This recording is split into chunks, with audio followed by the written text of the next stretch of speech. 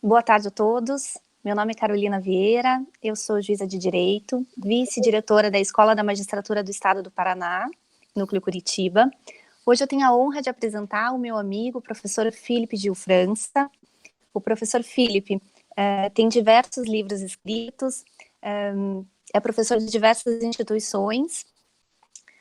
Ele é especialista em Direito Civil e Direito Administrativo pelo Instituto Romeu Bacelar, é mestre e doutor pela Pontifícia Universidade Católica do Estado do Paraná, e como ele mesmo gosta de ser apresentado, ele é o pai do Luiz Felipe e da Carolina.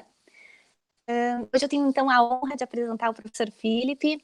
Faço um agradecimento especial por ter aceito o nosso convite, em nome do desembargador Cleiton Maranhão, nosso diretor-geral da Escola da Magistratura do Estado do Paraná, e é com muita honra que eu lhe passo a palavra para que o senhor possa falar sobre o controle judicial consequencialista da administração pública e o combate à pandemia da Covid-19. Muito obrigada ao meu amigo e professor Filipe por ter aceitado o nosso convite. Está com a palavra. Obrigado, doutora Carolina. Obrigado, Escola da Magistratura. É sempre uma honra estar, de qualquer forma, perto de vocês. Saúdo também o desembargador Cleiton, agradeço o convite. É sempre um motivo de prestígio poder conversar com o judiciário e todos aqueles que se interessam e se preocupam em como a nossa vida poderá ser direcionada a partir de uma visão do controle jurisdicional da nossa atividade. Então, minha primeira palavra aqui é de alegria, de poder estar aqui compartilhando com vocês, em especial para mim, porque literalmente estou aqui num isolamento, porque eu consegui fazer uma cirurgia de joelho esses dias, então tem que ficar de quarentena mais do que obrigatória. E por que menciono isso? Porque eu gostaria de debater esse ponto com vocês também, e gostaria que, de fato, fosse um debate produtivo, que, afinal de contas, sempre deságua no judiciário esse tipo de discussão. E ela parte de uma ideia realmente de quais são, de fato, os limites das nossas obrigatoriedades frente ao Estado e vice-versa. Como assim, professor? Olha, eu gostaria de fazer um recorte, primeiro, sobre a situação que nós estamos vivendo, né? Essa situação de pandemia, essa situação em que nós estamos limitados à nossa atividade cotidiana e essa sensação de sufocamento, né? Talvez não só eu, mas nessa situação especial pós-cirúrgica, mas vejo que a minha família teve que sair da minha casa, vejo que outras tantas famílias estão sofrendo, lógico, muito mais do que eu no conforto aqui do meu lar e conversando com vocês, e restrições de direitos fundamentais que jamais imaginaram poder passar sem que tenham, de alguma forma, contribuído para isso, né? Talvez essa sensação de sufocamento seja muito em razão dessa situação. Eu não contribuí para essa situação, para esse status de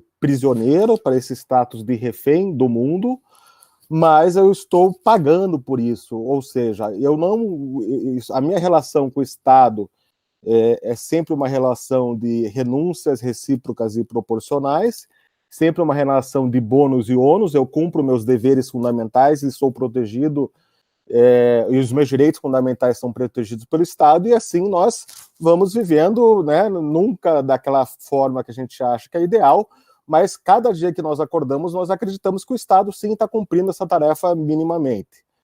Porém, agora, nós estamos começando a desconfiar que o Estado consiga dar essa resposta mínima para que nós continuemos a confiar no Estado. Qual é o grande problema de nós pararmos de confiar no Estado? O Estado some. O Estado ele vai simplesmente deixar de ser essa nossa pira coletiva, deixar de ser esse ente que a gente acredita que vai realmente nos ajudar a ter um amanhã melhor, e formaremos uma nova um novo ente, um novo organismo que regule as nossas atividades em prol de um bem comum, que provavelmente vai ser um outro Estado. Mas, professor, isso é difícil acontecer, né? Pensamento meio longínquo. Meus caros, se vocês pegarem a história do Brasil, isso aconteceu pelo menos umas 3 ou 4 vezes, né? Em revoluções, em mudanças políticas, em mudanças de sistemas. Talvez não seja tão absurdo assim que ocorra. Se vocês pegarem, então, numa escala global, né? Tivemos aí a última onda da Primavera Árabe, né? Em que vários estados se recomporam em novas situações, alguns ainda estão em processo de recomposição, e outros ainda tentaram dissolver essa ideia de Estado e, por forma violenta, agressiva, militarizada, não foi possível essa força popular quebrar com essa ideia de que eu, Estado, mando, você, cidadão, obedece. Porém, quando nós observamos o Estado nessa forma verticalizada, eu, Estado, mando, você, cidadão, obedece, o Estado, pelo menos esse modelo que nós conhecemos, que é o Estado democrático de direito, ele perde total sentido porque ele perde a legitimidade, né? Uma república da qual nós conhecemos e estamos acostumados a viver e a vivenciar do dia a dia, significa que todos os seus atores, todos os partícipes do Estado precisam agir de forma responsável e responsabilizável. Daí aqui nós já fazemos um gancho, talvez, sobre o tema que nós estamos tratando, que é o controle judicial. Para um Estado ser responsável e responsabilizável, e daí inclui o cidadão dentro do Estado, né? Muito comum nós, cidadãos, acharmos que estamos ali do outro lado do balcão do Estado. Não, nós estamos dentro do sistema estatal, inclusive com uma posição protagonista nesse sistema. Então, quando eu falo Estado, estou incluindo também o cidadão, os deveres do cidadão nesse Estado. Logo, como nós conseguimos imaginar uma situação de Estado responsável e responsabilizável dentro de um ambiente de crise? Dentro de um ambiente de crise, e não uma crise pontual em determinado lugar do país, ou uma crise que nós sabemos o começo, meio e fim, mas dentro de uma crise que nos traz uma sensação nunca antes vivenciada, e é importante deixar muito claro isso, que o que nós estamos vivendo agora, atualmente, é uma situação de medo intersubjetivo jamais vivenciada, pelo menos por essa geração que está vivendo o drama da pandemia do coronavírus. Ou seja, nós talvez, primeiro, não aprendemos com as situações pós-guerra, que talvez seja algo parecido com o que está acontecendo a nível global, né? E estamos numa posição talvez pior ainda do que pós-guerras, grandes guerras. Lógico que comparar é difícil, porque depende de recorte espacial e temporal e da vida que viviam lá, da vida que nós vivemos aqui, mas de forma geral, as pessoas não tinham a informação ou a disponibilidade de informação como nós temos hoje em dia. Imagino eu que as pessoas brasileiras que moravam em Curitiba, tal, no começo do século passado, não tinham a noção de que os judeus, etc., eram queimados a milhares em determinados lugares da Europa, né? Talvez essa noção, essa sensação de guerra era muito daquele filho do vizinho que não voltou para casa. Lógico, era muito triste, era algo impactante. Mas o que estamos vivendo agora, sem exagero, é um império do medo, né? Existe um autor americano chamado Cass Sunstein, que escreveu um livro, Laws of Fear, principalmente para tratar da situação pós-atentado de 11 de setembro nos Estados Unidos, né? A eleição do George Bush, do segundo mandato. Como o medo, ele não só engessa sistemas, mas ele também é um grande fator manipulador de sistemas, né? Você, a partir da falácia ad terror, né, que você amedrontar as pessoas, você consegue tornar essas pessoas mais manipuláveis. Tá? Então, vamos partir dessas premissas, dessa introdução de que vivemos numa crise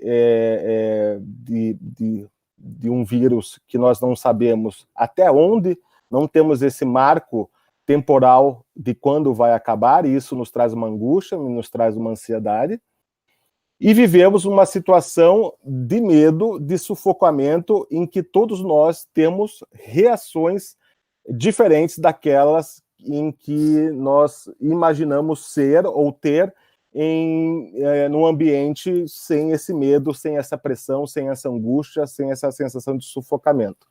E devo lembrar que o medo, meus caros, não é um sentimento exclusivo do ser humano, né? O medo, ele é próprio de um ser biótico, que faz com que os seres bióticos, daí não me pergunte por quê, busquem dois grandes vetores em suas vidas, e daí puxo aqui uma teoria darwiniana para poder sustentar o que eu estou falando. O primeiro vetor é de desenvolvimento. Toda e qualquer escolha biótica é fruto de uma necessidade desenvolvimentista, e no nosso caso, aqui, Brasil, ser humanos, etc., nós observamos isso lá no artigo 3º da Constituição, que são os objetivos fundamentais da República, que estabelece, em resumo, que nós temos sim o dever de promover o desenvolvimento intersubjetivo mediante a promoção de uma sociedade livre, justa e solidária. O segundo vetor é a perpetuação da espécie. Então, o medo em si, ele traz, ele faz com que esses dois vetores caminhem de forma um ao lado do outro, para que a nossa sobrevivência, não como ser único, mas como espécie, possa ocorrer. Partindo dessa premissa, eu gostaria de falar sobre o controle da administração pública, mas, Felipe, não está meio distante, né? Você está falando de Darwin, como é que você vai... Então, a minha preocupação talvez não estejamos percebendo, ou alguns de nós não estejam percebendo, que é exatamente nesses momentos de crise que nós crescemos. É exatamente nesses momentos de crise extrema e de medo gigantesco que saltos de desenvolvimento ocorrem com qualquer ser biótico, pelo menos aqueles que sobrevivem, né? Daí sim a teoria darwiniana talvez tenha algum sentido aqui para nós, porque estamos a tratar do controle da atividade do Estado. Querendo ou não, gostando ou não, quem faz esse controle de forma final é o judiciário. Só que ainda nós estamos atrelados, nós estamos enraizados com sistemas de controle judicial, talvez ultrapassados demais para responder questões críticas como as que nós estamos vivendo hoje em dia. E um exemplo que depois nós podemos aqui desenvolver é a ideia do interesse público, que é voltado para a proteção do poder. O interesse público, há muito tempo, e nós continuamos assim acreditando, de forma geral, ele é um discurso voltado para do Estado para o Estado. Quem determina o que é o interesse público, de forma geral, é o Estado, por meio de sua estrutura normativa, seja ela legislativa ou seja ela própria da administração, e nós temos, de forma geral, ainda aquela limitação de superar a proteção do interesse público, como se presumíssemos essa tutela do Estado de forma adequada, eficiente e que realmente proteja o cidadão. Só que muitas vezes atender à lei, atender à estrutura normativa, na prática, ela atrapalha o cidadão. Por melhor que seja a boa vontade, as boas intenções ou a boa vontade do administrador, ou, ainda vamos trazer um discurso mais antigo ainda, a vontade do legislador lá 40 anos atrás, talvez não reflita com a mesma força benéfica hoje em dia. Aquela lei que foi feita numa realidade X não consegue mais atender à realidade Y, ainda mais quando essa realidade Y ela ganha um 2 em cima, Y², que é a situação de crise que nós estamos vivendo hoje em dia. O que a gente faz? O que o Estado faz, rapidamente? Que essa é o costume nosso, essa é a nossa cultura, rapidamente edita novas normas. Não foi isso que aconteceu agora? O que está acontecendo na nossa realidade, o Executivo baixou uma série de medidas provisórias em que muitas vezes atropelam leis já consolidadas, atropelam muitas vezes até direitos fundamentais já enraizados na prática, logicamente, e nós aceitamos. Por quê? Porque estamos com medo. Por que nós aceitamos? Porque estamos sufocados. Só que para voltar isso atrás, quando essa crise passar, quando o medo ele for, em algum momento, meus caros, nós vamos se acostumar com essa situação que nos traz medo. Em algum momento, esse confinamento que todos nós estamos vivendo vai se tornar rotina, por mais absurdo que possa parecer. Algum momento, esses equipamentos tecnológicos nos ajudam na comunicação e baixa um pouco esse nosso estresse, porque daí a gente está com a sensação de estar conversando, né, com os outros, estar socializando, ele vai se tornar a rotina. Por quê? Porque nós vamos nos adaptar a essa situação de crise e a crise vai se tornar o rotineiro, até uma nova crise vir e trazer essa necessidade da adaptação e aqueles que não enlouquecerem, talvez os poucos sobreviventes, né, que não ficarem malucos de vez, consigam realmente continuar a viver dessa forma. Essa é a grande preocupação. Será que as normativas de tempos de crise poderão continuar a ser consideradas em tempos de paz, digamos assim? Porque a sensação que estamos numa guerra constante, né? A gente acorda e dorme tendo multiformas de informações sobre como o coronavírus pode fazer mal e como você, hospedeiro desse coronavírus, né, potencial hospedeiro desse coronavírus, pode fazer mal ao outro. Então, essa é uma série de sensações que, para o ser humano hoje, e vindo de maneira tão repentina, traz um estresse que é repercutido, querendo ou não, no Estado. Essa repercussão já aconteceu no Executivo. Essa repercussão já aconteceu muitas vezes no Legislativo, que tenta correr para tirar o dinheiro que antes não existia, agora apareceu. É incrível, e aqui já faço um recorte, como o Estado, e falo os 3 entes federativos, né, não tinham nunca dinheiro para pagar medicamento para as pessoas que pediam para o judiciário, e normalmente sempre essa era a justificativa, né, a reserva do possível. Não temos, e agora aparece fundos de tudo quanto é lado para poder ajudar as pessoas que estão combatendo o coronavírus ou sofrendo o coronavírus. De novo, já começa a trazer exemplos práticos de como a crise, na verdade, ela desvenda situações do Estado que era para buscar interesse público, mas, na verdade, esse interesse público, aparentemente, era um interesse de poder, era um interesse de manutenção do status quo. E isso, meus caros, não tem nada de absurdo, mas o professor Filho está fazendo uma crítica muito séria. Não! Isso é próprio do direito francês, por exemplo. O direito francês, o direito administrativo surgiu, até onde eu saiba, porque os burgueses, né, determinada época, não gostavam que a tutela da propriedade ficasse só na mão do rei. Né? E o rei ainda tinha aquela vaidade de dizer que ele está c'est moi, né? Então isso incomodava muito, e a burguesia da época cutucou os miseráveis para que derrubassem o rei, porque eles não queriam sujar as mãos também. Após várias tentativas, assim conseguiram. Ou seja, trouxeram um novo sistema pós-monarquia que poderia, na prática, proteger o poder deles, fincado na propriedade. Então, o grande eixo do direito administrativo é proteger o patrimônio daqueles que estão no poder. E nós, ao longo do tempo, importamos esse sistema que, né, de certa forma, baseado no Código Napoleão, ou seja, o império da lei, né? A lei é a vontade do povo e não a vontade só de um monarca. Por isso, e só por isso, ela tem legitimidade para dizer o que você deve fazer, o que eu não devo fazer. Até que chegou um ponto que esse sistema, ele foi utilizado para situações como a nação nazista para cometer atrocidades contra o ser humano. Então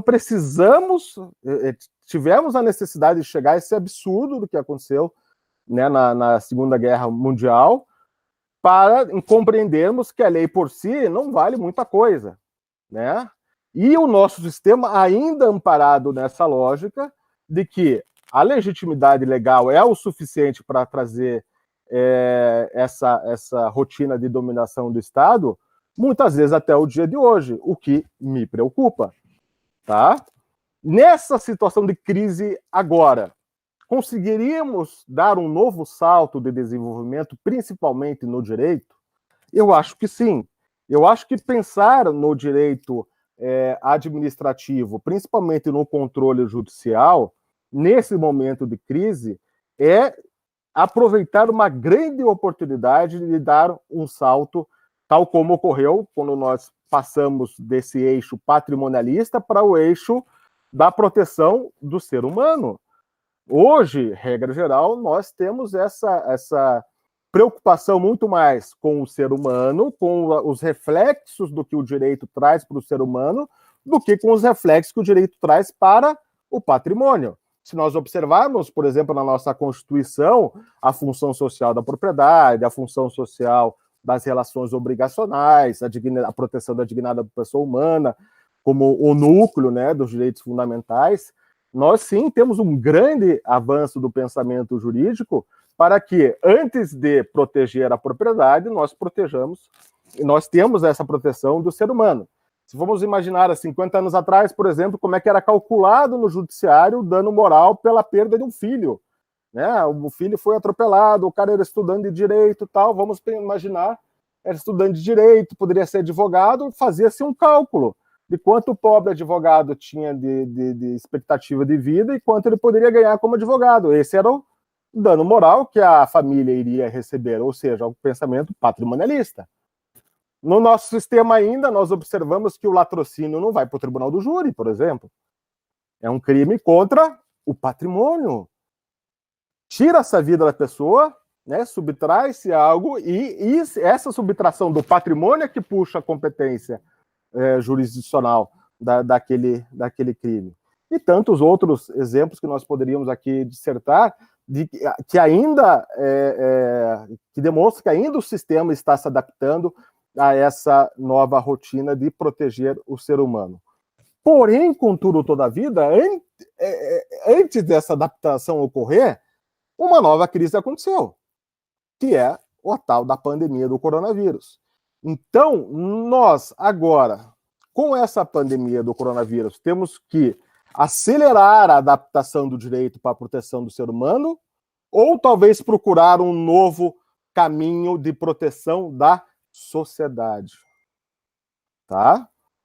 A discussão que nós tivemos aí uns tempos atrás, e falo porque estou na linha de frente com a questão dos medicamentos, da concessão de medicamentos de alto custo, ela gira em torno desse debate objetivo ou subjetivo dos medicamentos.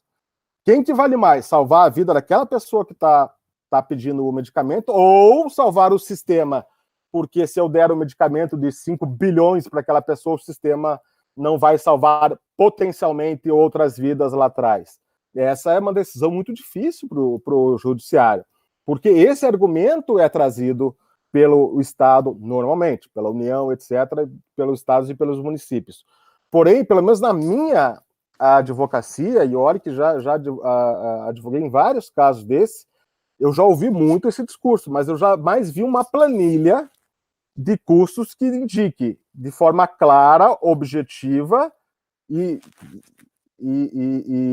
recortada que aquele dinheiro por medicamento vai fazer falta naquele hospital X ou naquele pronto-socorro Y para fazer aquele tratamento para X número de pessoas.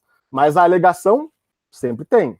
Ou seja, já existe essa cultura do medo antes mesmo de que ele ocorra, né? Essa falácia de terra, juiz, se você conceder esse medicamento, Pode ser numa dessa, quem sabe, que o sistema quebre lá na frente. Agora nós estamos numa outra realidade. O sistema está para quebrar. É aquela diferença entre precaução e prevenção, né? Nós estamos, sim, numa eminência do sistema quebrar, mas não por culpa do ser humano em si, diretamente, da pessoa que está lá doente, precisando do tal do respirador. Se chegar a um mandato de segurança nas mãos de vocês, meus amigos juízes, dizendo, eu quero respirador para mim, não quero para aquela pessoa. Qual é o parâmetro de julgar uma situação dessa?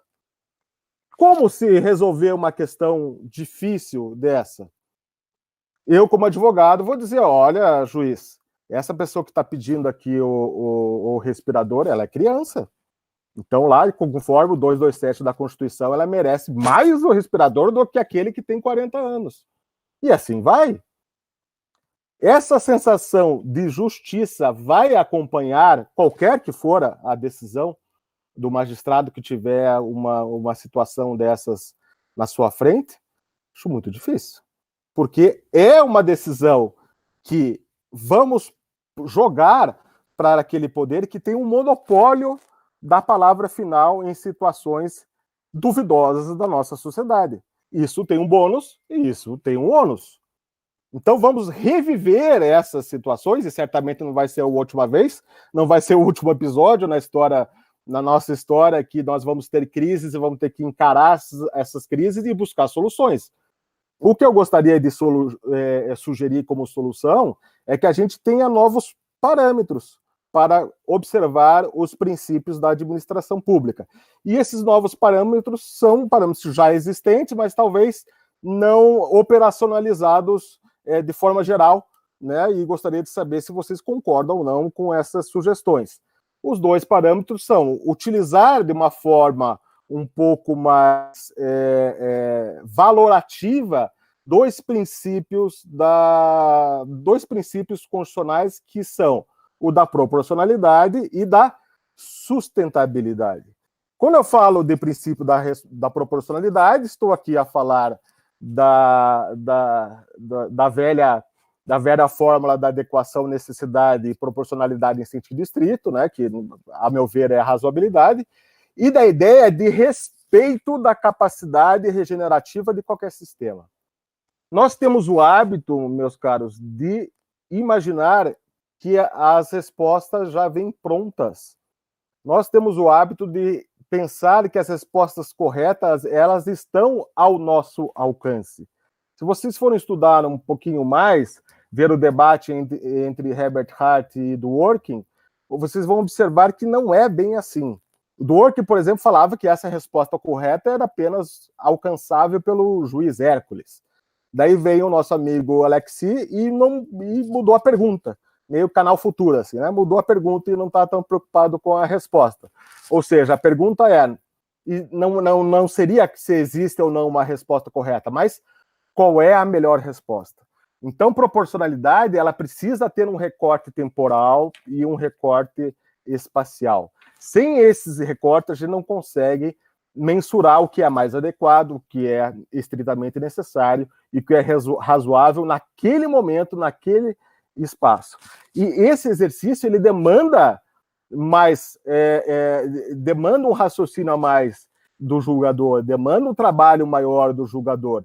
E daí começa a me preocupar como é que nós estamos, nos dias de hoje, exigindo tantas respostas tão rápidas assim.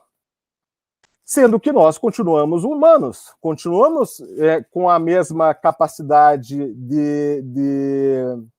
não só de captação, mas de produção de dados, de tratamento de dados. Né? A nossa capacidade de tratamento de dados humano, ela não mudou. Talvez ela tenha até se retraído em razão dessa crise que nós estamos vivendo. Todos nós estamos mais ansiosos, todos nós estamos mais preocupados, todos nós não temos a mesma confiança do amanhã como nós tínhamos antes da crise. Então, esse sentimento de paz, de confiança, ele é trazido pelo Estado quando ele age de forma proporcional e sustentável. Quando nós, mesmo sabendo que o Estado erra muito ele tem um limite para errar. Mesmo sabendo que o Estado ele acerta muito, mas ele também tem um limite para acertar. O problema é quando ele erra na nossa vez, né, no balcão. Esse é o que nos estressa. Mas, de certa forma, se nós continuamos a parar no sinal vermelho, se nós continuamos a pagar o IPTU da casa e assim por diante, nós continuamos a dar um crédito para o Estado e dizer, tá, Estado, por pior que você possa parecer, você ainda está me trazendo uma sensação mínima de segurança. Mínima de segurança. E essa segurança é que continua a mover toda a estrutura do Estado. E quem nos traz, quem que é o grande eixo de segurança do Estado, é o Judiciário. Nós temos a certeza absoluta que o que aconteça com a gente vai desaguar no Judiciário e vamos ter uma resposta. Seja ela que atenda ao nosso pleito, ou seja ela que diga, ó, você não tem razão para ficar esperneando aí do jeito que você está esperneando. Mas que uma resposta nós vamos ter, e isso a gente tem que ter certeza absoluta. Porque se o Estado deixar de responder, começamos de novo a duvidar que o Estado ele é o adequado, o necessário e o razoável para nos trazer essa sensação de segurança. Vamos deixar de entender que o Estado pode sim muitas vezes errar, só que ele tem que errar num limite de sustentabilidade do seu próprio sistema. Poxa, professor, mas está muito teórico esse papo aí. Na prática, como é que o senhor conseguiria nos trazer situações reais para sentirmos que o Estado, ele de fato conseguiria nos responder? Ora, meus caros, se nós estamos aqui conversando por meio de uma internet, por meio de um sistema que é todo regulado pelo Estado, se estamos dentro da escola da magistratura, é porque, minimamente, há uma preocupação do Estado em nos trazer, nos responder de forma adequada para que amanhã a gente tenha um fio de esperança que vai ser melhor do que ontem. Mas, de novo, temos a crise do coronavírus. Então, essa crença, essa sensação que o amanhã vai ser melhor do que ontem, não está tão presente, talvez, no nosso dia a dia. Sabe por quê? Porque a gente lembra o que a gente estava vivendo ontem. Tá muito mais legal ir ao cinema, estava muito mais legal ter liberdade, né, para se reunir com as pessoas, tá muito mais legal, né, levar nossos filhos para visitar a vovó. Ou seja, a gente está vivendo num tempo que o ontem está melhor do que hoje. Isso é muito perigoso, porque vai chegar um momento em que essa crise vai sair do executivo, que agora o foco, né, como é que fala, o epicentro da crise está no executivo, né? Ele vai mudar para o legislativo e vai mudar e vai para o judiciário. Se os três poderes não souberem lidar bem com essa crise, qual vai ser o epicentro dessa grande pandemia? A sociedade. As pessoas vão se cansar de ficar em casa, as pessoas vão começar simplesmente a desobedecer às ordens estatais, porque eles não vão ver mais legitimidade nessas ordens estatais. Eles não vão ver mais razão de ficar com o comércio fechado, não vão ver mais razão de ficar morrendo de fome enquanto ele olha pela janela e o vizinho está saindo de casa assim. Então, esses tipos de ruptura, esses tipos de buraquinhos, eu sempre falo para os meus alunos, na represa, uma hora eles começam a aumentar e a represa não segura mais a água.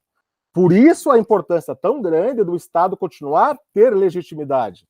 E ter legitimidade significa seguir, sim, os princípios da administração pública, por mais básicos que sejam, o LIMP, né?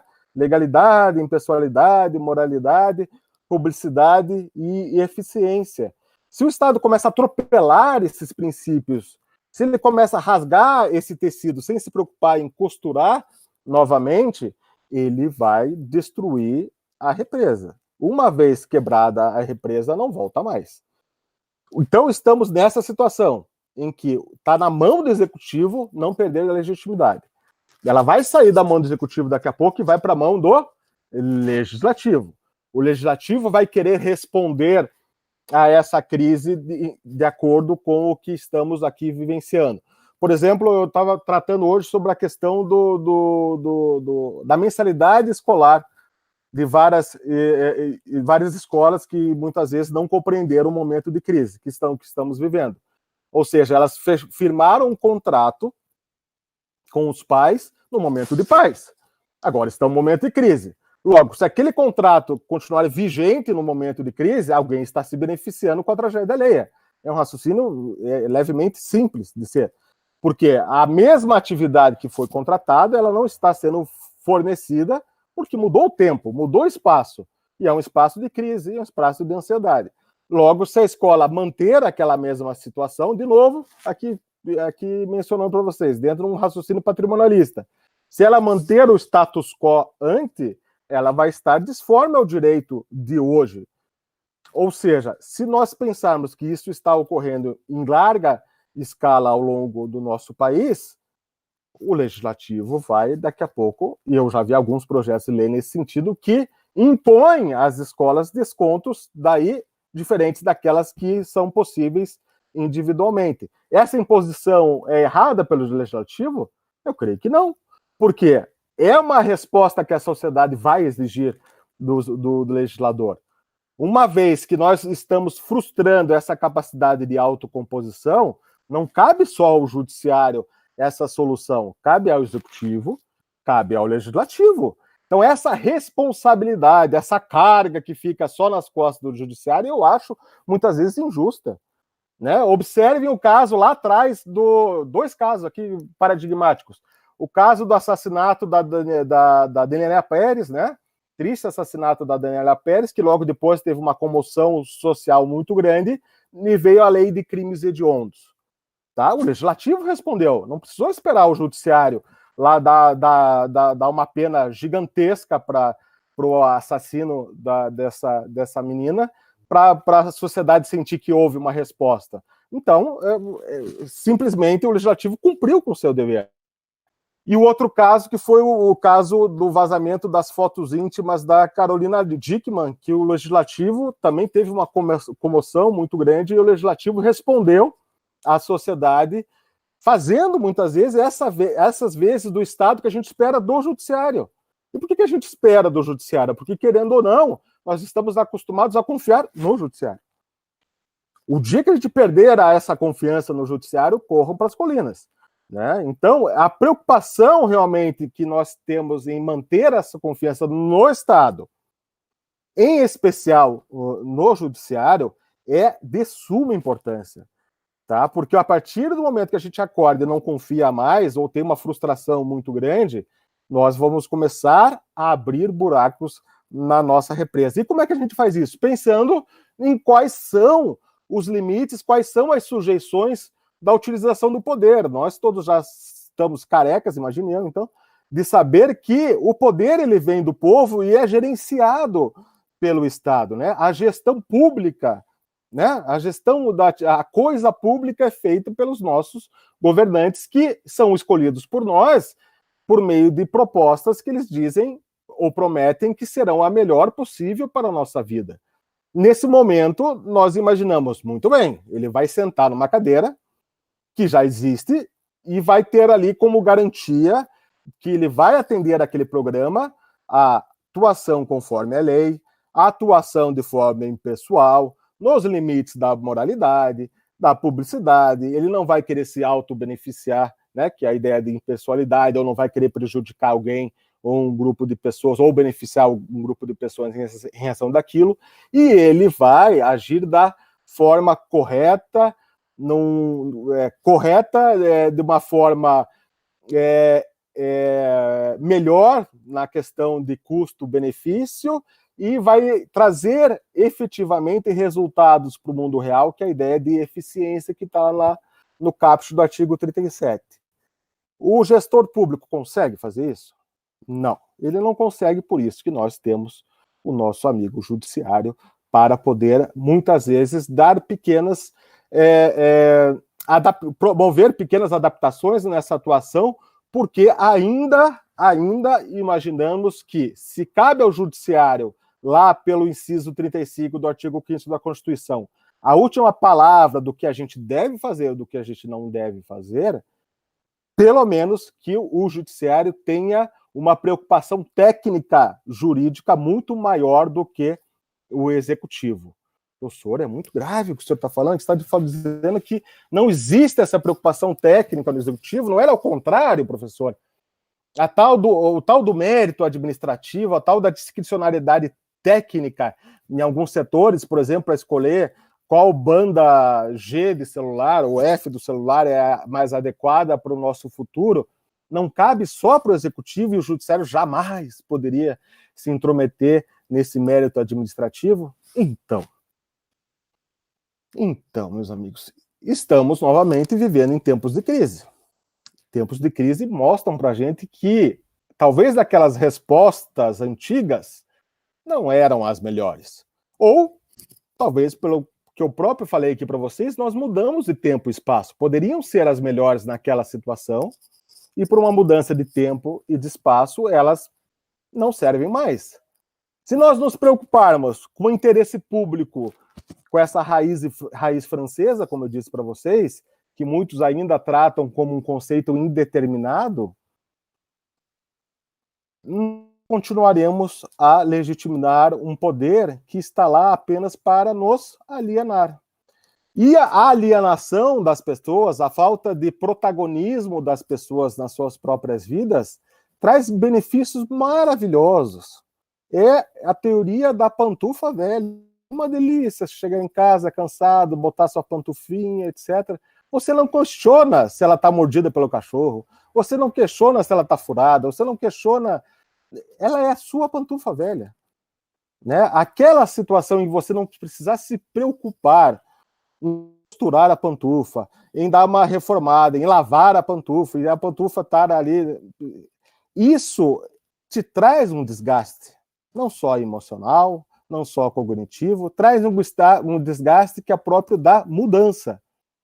Se mudarem, eventualmente, outras pessoas mudarem a sua pantufa velha, você vai reagir, você vai trazer à tona todo aquele seu ódio interior que próprio de quem está protegendo a pantufa velha. Isso interessa para quem tem o poder? Lógico que não. Então, mantemos você com a pantufa velha, contanto que você não me incomode. Contanto que você não me atrapalhe. Ou seja, é muito melhor que eu saiba que você está ali com a pantufa velha e não faça nada do que você tente ser um proativo inconveniente. Se você começar a questionar, você ali parado, com a pantufa velha no pé e reclamando por que a mesa está suja, você começa a ser um proativo inconveniente. Isso que o Estado não interessa para o Estado, ter cidadãos que questionem, mas também que não façam a sua tarefa de casa. E qual é a tarefa de casa básica de qualquer cidadão para que a gente tenha minimamente um judiciário menos entulhado de processos? Questione diretamente para o administrativo. Saiba perguntar para o administrativo. Saiba resolver seus problemas diretamente com o administrativo, com o executivo. E não fique nessa dependência, nessa má vontade, esse jogo de más vontades, né, que é do cidadão com o executivo, que vai desaguar lá no judiciário, e daí muitas vezes a frustração aumenta, porque ainda temos essa sombra ainda que alguns acreditam que o mérito administrativo não pode ser revisto pelo judiciário. Ou seja, é um círculo vicioso que o problema é o cidadão, é o executivo e é o judiciário. E cada um desses polos problemáticos não tem interesse de superar esse problema, porque se um deles superar, vai se incomodar muito. Só que agora nós vivemos em um período de crise. Só que agora, se o cidadão ele não for proativo, a parente dele vai morrer por falta de ventilador.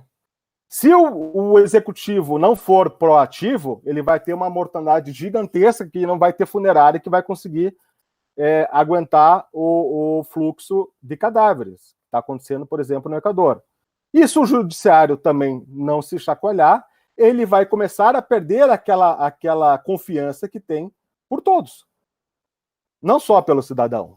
Querendo ou não, nós sabemos que também o executivo e o legislativo confiam ainda no judiciário como a parte técnica, jurídica, que vai nos trazer alguma luz, e o protagonismo do STF nesses últimos anos é uma demonstração muito clara disso tudo.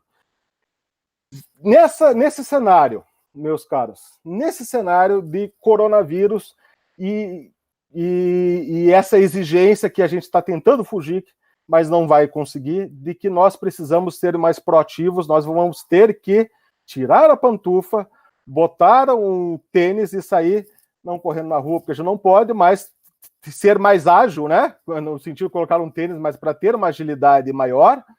O que nós temos que fazer? Me preocupa muito com esse tem que fazer, né? Esse tem que fazer é uma preocupação muito grande porque nos traz uma certa cobrança, uma certa ansiedade e o maior de tudo, nos traz culpa por eventualmente não estar fazendo. Aquele meme, né, que é brincar, estou salvando o mundo no sofá da minha sala. Realmente você está salvando muita gente só ficando no sofá da tua sala, porque mesmo assintomático, você pode estar não disseminando o vírus. Então, potencialmente, você está salvando muitas pessoas não saindo de casa. Mas fica aquela sensação, não estou fazendo nada e muitas outras pessoas estão fazendo muito. Eu, que sou advogado, me sinto subutilizado muitas vezes frente ao meu irmão mais velho, por exemplo, que é médico. Né? Ele está lá na linha de frente, está atuando e ficamos aqui na torcida batendo palma, tal, no cheers, mas é pouco. Como nós superaríamos essa culpa? Isso começa a me preocupar porque passamos a ter deveres, ou a imaginar que nós temos deveres muito maiores do que realmente temos. E o Estado, ele é feito por pessoas. É feito por pessoas, né? E essas pessoas que estão representando o Estado, a partir do momento que se autocobram otimidade administrativa, eles vão acostumar todo o sistema a essa otimidade administrativa. Imagine o próximo ministro da Saúde do nosso país. Tadinho. Quando que ele vai trabalhar tanto quanto esse ministro está trabalhando? E não aqui fazendo nenhuma apologia política, etc. Mas pelo que eu vejo, pela forma que ele está tendo aí um espaço na mídia, nós estamos pensando, pelo menos eu estou pensando, gente, esse cara está trabalhando bastante. Quando, a partir desse parâmetro de trabalho, a partir dessa demonstração de produtividade do nosso amigo ministro, que outro ministro vai trabalhar tanto? Que crise maior do que essa que a gente tem que viver para que uma pessoa trabalhe mais no cargo de ministro da Saúde? E isso vai sendo escalonado, tá? Me preocupa muito alguns setores do Estado em que se empenhem em demonstrar que nós estamos trabalhando, não estamos de férias, que acostume mal o jurisdicionado nessa situação, de que são máquinas. Eventualmente, não aquela ideia de que, nossa, existem férias, existem tempo de atendimento, etc., mudou. Agora eles são super máquinas. Super máquinas está ligado à ideia de que os nossos servidores públicos não podem mais errar. Os nossos servidores públicos não têm mais limite de horário, porque eles estão em home office. Ué, está em casa, numa boa, pode trabalhar. O horário que for, acordado, está trabalhando. E assim, meus amigos, acostumando ao longo do tempo a essa situação, como voltar atrás ao princípio da eficiência? Tá? E aqui eu quero fazer um recorte para a gente acabar, que já está bastante longa essa fala, em dois princípios aqui que eu gostaria de comentar com vocês. O primeiro é o princípio da eficiência e o segundo o princípio da publicidade, tá bom?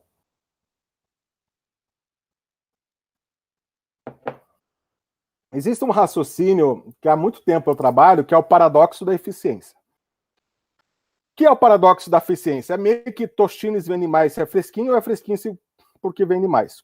Que vem primeiro. O Estado, ele existe porque nós assumimos a nossa ineficiência, ou o Estado existe justamente para atender a nossa eficiência? Como assim, professor? Se o Estado ele nos entregar tudo aquilo que nos promete, a gente vai precisar do Estado? Não. Se o Estado não nos entregar o mínimo que a gente precisa, a gente vai precisar do Estado? Também não, porque a gente vai se convencer que esse sistema não serve para nada. Ou seja, o Estado ele precisa ser necessário. Ele precisa ser proporcionalmente bom para aqueles que mais precisam e proporcionalmente, entre aspas, ruim para aqueles que menos precisam. Se ele for bom para todos, ele vai ser ruim para todos, porque ele não vai conseguir, de forma alguma, atender a todos com o mesmo padrão ao longo do tempo. Ele consegue, num determinado tempo e espaço, ser ótimo, que é o famoso ótimo de Pareto. Mas ele não consegue, por muito tempo, ser ótimo. Ele consegue dar um sprint final na sua atividade, mas ele cansa. E esse cansaço é nesse cansaço que o Estado vai ser cobrado como ineficiente.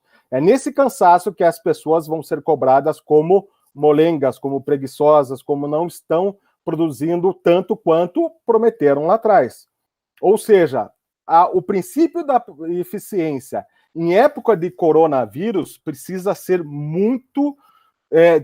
precisamos ter muito cuidado em como manejá-lo, porque há uma tendência, por razão de culpa, de nós e darmos sprints. E esse sprint não vai acompanhar todo o período do coronavírus.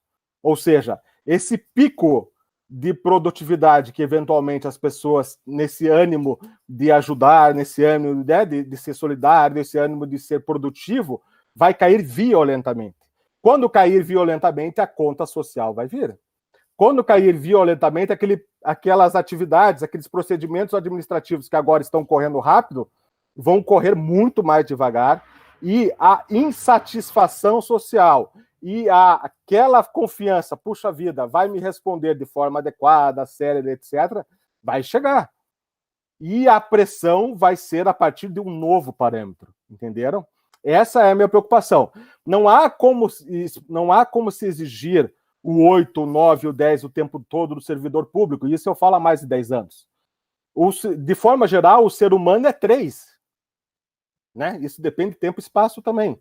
Se temos um servidor público 7, constante, que espetáculo, gente.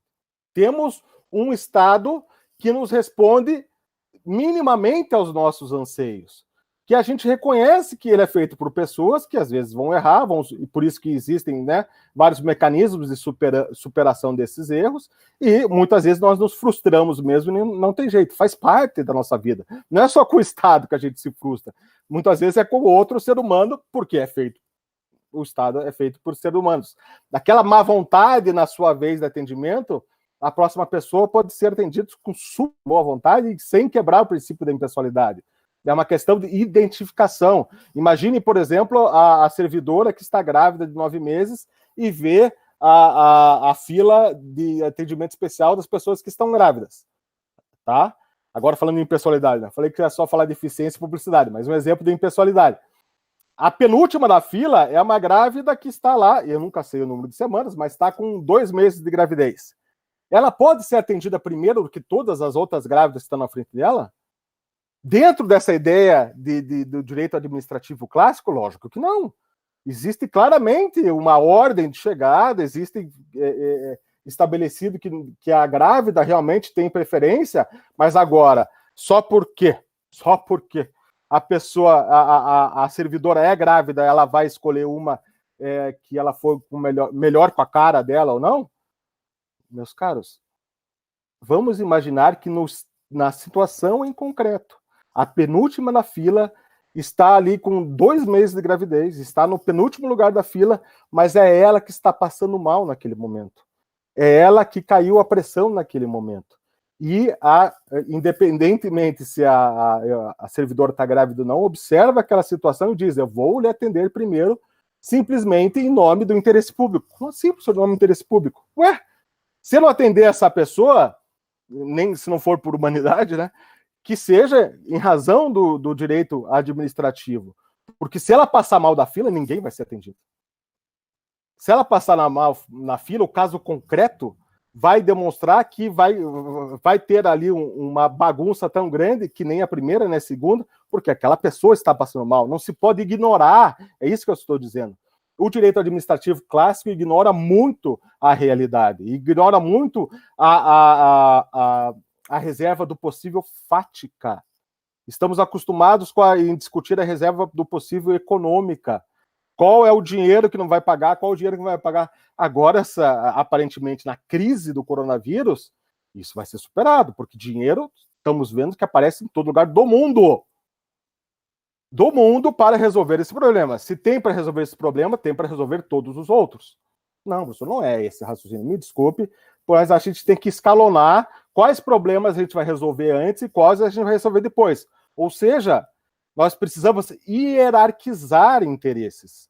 Hierarquizar interesses é tirar do eixo patrimonialista o interesse.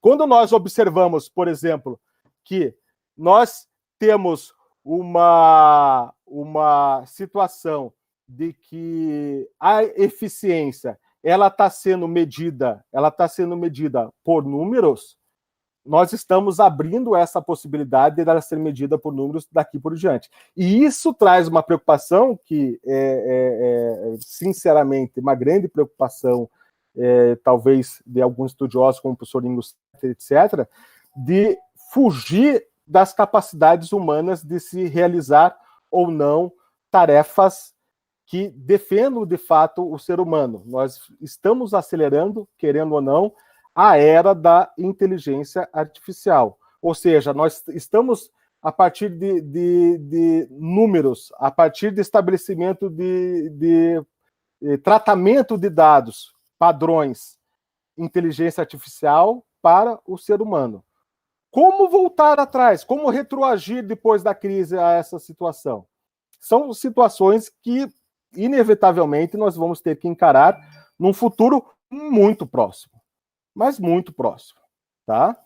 O segundo ponto, rapidamente aqui, para não cansar muito vocês, é o da publicidade, que é a ideia de, poderia, dentro desse contexto, o Estado mentir para a gente, meus caros? Qual é o limite da publicidade? O Estado ele pode decidir em nosso nome que, se nós contarmos toda a verdade, se nós não contarmos ou subnotificarmos os casos de coronavírus, a população não vai ficar tão histérica assim, tal como ficaria se realmente soubesse dos números reais dos casos.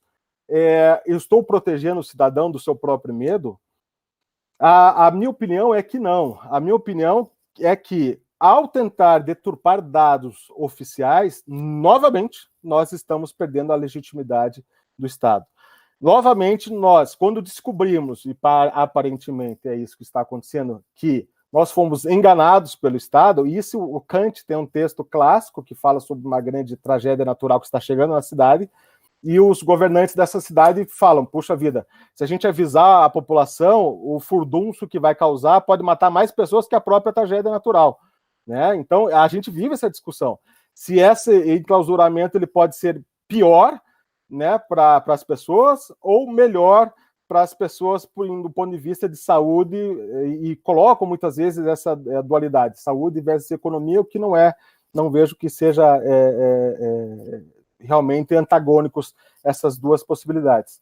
Mas se o Estado, dentro dessa ideia de proporcionalidade e sustentabilidade, começa a julgar o que deve ser contado e o que não deve ser contado, aqui dentro da escola da magistratura, nós precisamos nos preocupar que o judiciário, sim, tem o dever de desvendar essas realidades. Né? Novamente, se nós nos transportarmos para aquele outro exemplo que eu falei das escolas, se a escola, por exemplo, se for questionada por judiciário que há um desequilíbrio econômico-financeiro da mensalidade, porque são realidades diversas, se ela não conseguir contar para o judiciário que esse desequilíbrio não ocorreu, vamos presumir que ela está mentindo. Mas, professor, daí a gente vai enlouquecer, está todo mundo mentindo? Quando não estivermos mentindo, meus amigos? Se uma situação está no judiciário, obviamente alguma parte está mentindo. Qualquer líder jurisdicional, existe uma parte que está mentindo, seja dolosamente, seja culposamente. Não sabe se que aquela mentira é realmente de fato. Mas, ao dar razão para alguma parte, é isso que nós esperamos para o judiciário, ele está automaticamente dizendo que a outra parte está não dizendo a verdade. Quando nós falamos de controle da administração pública, quando o Estado dá razão para o cidadão, ele está afirmando que o Estado não está dizendo a verdade naquela situação. E ao, assim, afirmar, se dolosamente daí sim é o problema, que, né, a questão da improbidade, o dolo, etc. Se dolosamente o administrador escolhe mentir, escolhe não subnotificar os casos de coronavírus, nós começamos a ter um problema muito sério, não só de legitimidade e de legalidade, mas daquela razão maior do que a gente escolhemos o Estado para regular as nossas vidas. Meus caros, já passou de 1 hora aqui de fala, poderíamos conversar muito mais, eu fico à disposição da doutora Carolina para aí perguntas, comentários, debates. Tá bom? Obrigado pela atenção de vocês e desculpem falar tanto. Obrigada, Felipe. Deixa eu ver se está tudo... Acho que agora está indo o áudio. Tá ouvindo, tá ouvindo. Tá. Eu teria várias perguntas para fazer, na verdade, porque a questão da... Um dos últimos textos que eu escrevi, inclusive, junto com o professor Marinoni, é justamente essa questão da autocontenção judicial, da questão do ativismo, coordenação e separação de poderes, é algo que me chama muita atenção e que, de alguma forma, essa atuação executivo, legislativo e judiciário é algo que nos impulsiona a pensar até que ponto a gente não estaria dentro do judiciário caindo no risco democrático que se discute tanto, né? Até que ponto essa limitação ou essa atuação do Poder Judiciário ela não seria contra-majoritária. Aí me lembra os textos do Waldron, me lembra os textos do Barroso, do professor Ingo Salit, os teus textos, na verdade, o capítulo final do último livro fala muito sobre a questão da inteligência artificial e da questão dos direitos fundamentais. Teria uma série de perguntas, mas aí por um caráter democrático, eu vou fazer uma pergunta que um colega me passou, na verdade, o Fernando Andrioni, que é um grande colega estudioso. Vou fazer a pergunta dele, vou deixar os meus questionamentos para a gente fazer num outro momento. Ela até pode por fazer uma só, né? Esse perfil democrático. O que o Fernando colocou, na verdade, é o seguinte: quais seriam os limites do judiciário para interferir em políticas públicas em época de pandemia? E aí eu só queria que você falasse um pouquinho sobre essa questão, se em última análise, isso tudo redundar até no aumento de demanda do Poder Judiciário, aquilo que já, numa entrevista, um dos ministros do Supremo colocou que o Judiciário seria a última trincheira, né, do cidadão, se a gente não teria que lidar com essa questão da limitação do Poder Judiciário, em termos de políticas públicas, e a própria consecução dos direitos fundamentais. Eu sou da opinião, e isso tento deixar sempre muito claro, que não existe nada, absolutamente nada, que possa escapar do controle judicial. Se a gente imaginar que existe alguma decisão política, alguma decisão, aquela discussão do nepotismo é clássica, né? Que acabou o STF decidindo que o agente político pode, nepotismo, o agente administrativo não pode. Só que esqueceu que todos são agentes públicos, né? Ou seja, o professor Juarez Freitas, ele tem uma resposta tão interessante sobre isso, que ele fala que se está difícil controlar o mérito, controle o demérito. Né? Não tem problema. Pronto, juiz. Controle o demérito. O que você observar que fere os princípios fundamentais, não tenha dó de controlar políticas, escolhas administrativas. Porque a palavra escolha administrativa, ela próprio traz a ideia de possibilidade de erro.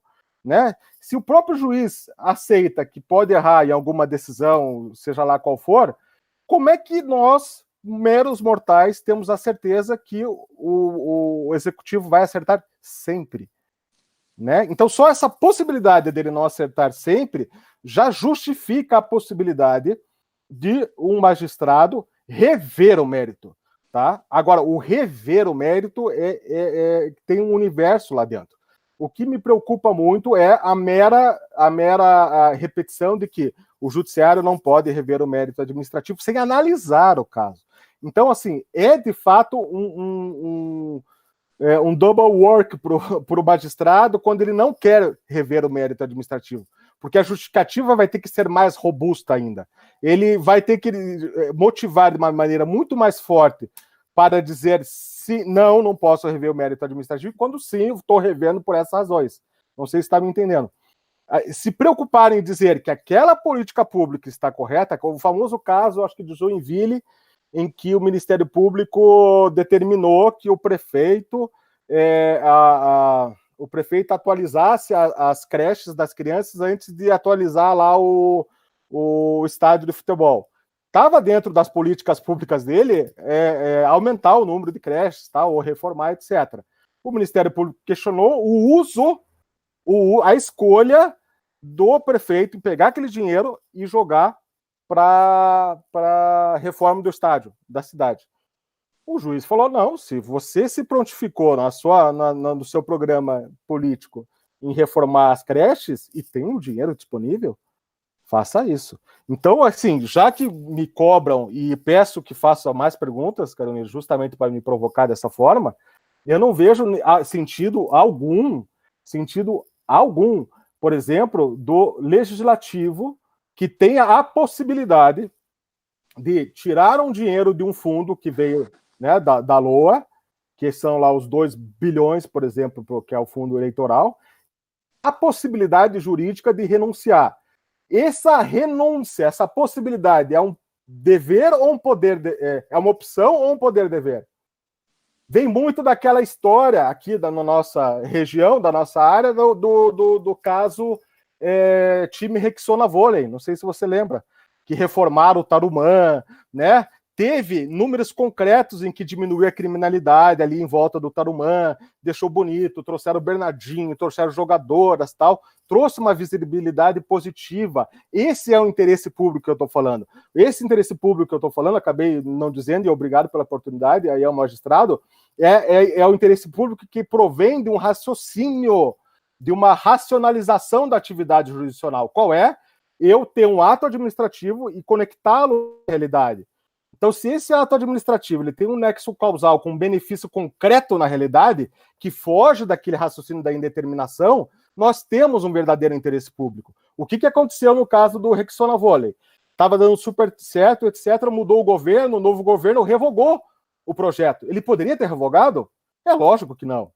Ah, professor, mas como é que a gente vai controlar a revogação do ato administrativo? Se ele é revogado, presume-se legal. Sim, legal, mas a revogação vai trazer consequências concretas maléficas para o mundo real, desproporcionais, que fogem dessa ideia de sustentabilidade. Então, se eventualmente alguém tivesse questionado essa revogação, o judiciário não poderia se meter?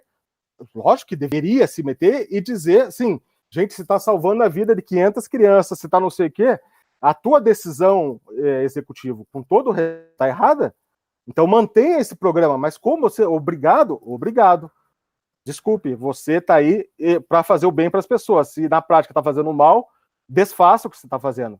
É o caso, só para terminar, nós como professores, né, eu falo assim, gente, o tal do não posso controlar o mérito administrativo, ainda mais em tempos de crise, né, porque a angústia é maior, daí sim que essa necessidade de legitimação fica mais forte, como eu falei em toda aqui a palestra. Se eu, professor, digo que o quadro negro, na verdade, é vermelho, mas na verdade ele é verde, e algum aluno ele se indignar com essa minha afirmação, se insurgir judicialmente com essa minha afirmação, o que o judiciário, via de regra, nessa situação hipotética, vai dizer? Puxa vida, aluno, eu não posso me meter no mérito do professor. Ele disse que o quadro é vermelho. Ou seja, um quadro que é verde, que é chamado de negro, vai virar vermelho. Vai transitar em julgado essa decisão, e essa decisão vai se tornar real dentro do mundo imaginário. Ou seja, é um descolamento da atividade judicial frente à realidade. Quanto mais descolado, menos a gente vai acreditar. Dia desses, eu confesso que ouvi do judiciário assim, doutor, olha, eu entendo o que o senhor está falando, mas nós temos que nos ater à verdade processual. O que eu pude responder para o judiciário? O senhor tem toda a razão, porque essa é a regra do jogo, né? Essa é a regra do jogo. Nós temos que nos ater à verdade processual, ou seja, há um distanciamento, principalmente na questão do mérito administrativo, em imaginar o que fazer o bem para a realidade e como esse bem ele precisa também vir do judiciário. Felipe, eu só fico me questionando sempre se o Supremo Tribunal Federal teria legitimidade democrática, e a dúvida não é minha, né? Mas se o Judiciário teria legitimidade democrática, em especial o Supremo Tribunal Federal, para invalidar, via, por exemplo, controle de inconstitucionalidade, uma norma que foi feita democraticamente pelos representantes do povo. Entendi. Existe, e sei muito bem qual é a sua escola, por isso que eu compreendo o que você está falando, existe essa ideia da hegemonia da democracia, tá? Que em situação de crise ela está demonstrando para a gente que ela não é tão hegemônica assim, né? Porque se nós fizermos aqui abrir para questionar, abrir para não uma análise, mas para uma consulta, se ficamos trancados em casa ou saímos para ganhar dinheiro, a democracia vai legitimar a saída para ganhar dinheiro. Acho eu, tá? Acho eu que a democracia vai nos impulsionar para que nós voltemos à vida normal até que aquela pessoa perto de casa comece a morrer dessa doença e a gente, poxa, não é tão distante, etc. Então, existe esse consenso jurídico que a democracia ela está naquele pedestal da supremacia do interesse público, entendeu? Então, são discursos de manutenção de poder.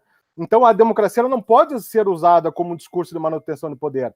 Sobre a questão democrática do juiz, eu não vejo agente público mais democraticamente legítimo do que o juiz. Porque para você ser uma juíza, você passou por um concurso público aberto para todas as pessoas que se enquadrem naquela situação. Qual é a situação? Ser aprovada no concurso público.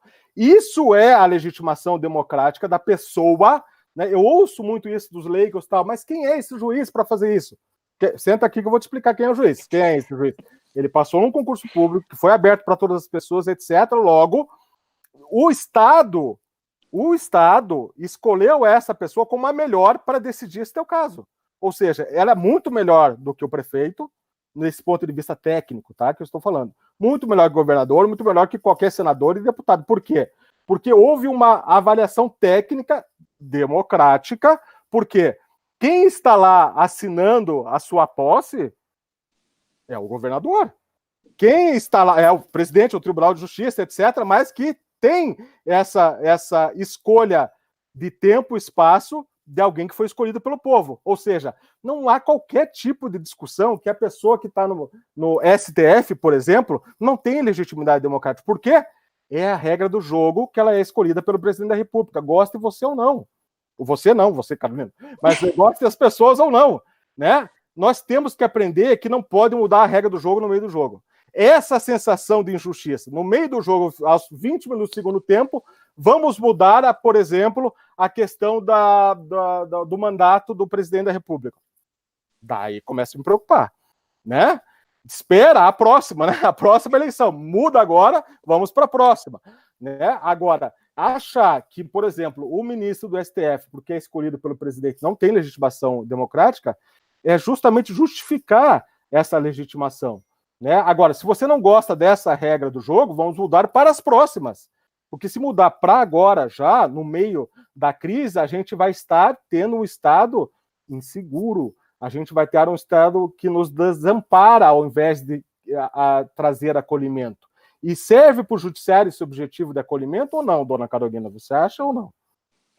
Felipe, conhecendo as nossas discussões, a gente ficaria aqui mais algumas horas discutindo o tema, porque a gente tem algumas posições antagônicas e algumas posições, acho que isso já faz uns coincidentes, mas isso acho que já faz mais de 10 anos, né? Não vou contar aqui exatamente o tempo para a gente não denunciar a idade. Mas eu vou encerrar a nossa discussão por aqui. Vou deixar as próximas perguntas para uma próxima live, enfim, a gente continuar a discussão que é bem interessante, na verdade, tem vários meandros que a gente podia explorar ainda. Fazer um agradecimento novamente por ter aceitado o nosso convite, fazer um agradecimento em nome de toda a Escola da Magistratura, porque tem toda uma equipe por trás aqui, né? Tem tantas pessoas, inclusive a Mona Lisa, de muitos anos, enfim, o André do TI que está nos auxiliando aqui, mas especialmente em nome de toda essa equipe, no nome do desembargador Cleiton Maranhão, o idealizador, junto com o Geraldo, presidente da nossa associação. Muito obrigada também para as pessoas que estão aqui nos acompanhando, estão nos ouvindo. Muito obrigada a todos, uma boa noite. E até a próxima. Meus caros, obrigado Carolina, obrigado desembargador Cleiton, obrigado queridos amigos de tantos anos mesmo da Escola da Magistratura. O que eu quero deixar aqui registrado, uma última coisa, doutora, é que esse vídeo ele vai se perdurar no tempo. né? Então, seria muito interessante que daqui a alguns anos nós voltemos a nos ouvir para saber se aquelas nossas preocupações continuaram. Por quê? Se observar as nossas preocupações de 10 anos atrás, por exemplo, elas jamais alcançariam tamanha força do que a realidade que a gente está vendo agora. Ou seja, por mais que a gente se empenhe hoje, dia 15 de abril de 2020, em se preocupar com o amanhã, e a preocupação com o amanhã aqui principalmente é com a influência da inteligência artificial nas nossas vidas, vamos talvez observar, voltar a ver esse vídeo, é um convite que eu faço para todo mundo, daqui 10 anos. Se realmente essa crise foi útil ou não. Daí a gente faz uma nova discussão, né, sobre essa utilidade. Obrigado a todos, uma boa noite para vocês. Boa noite. Tchau, tchau.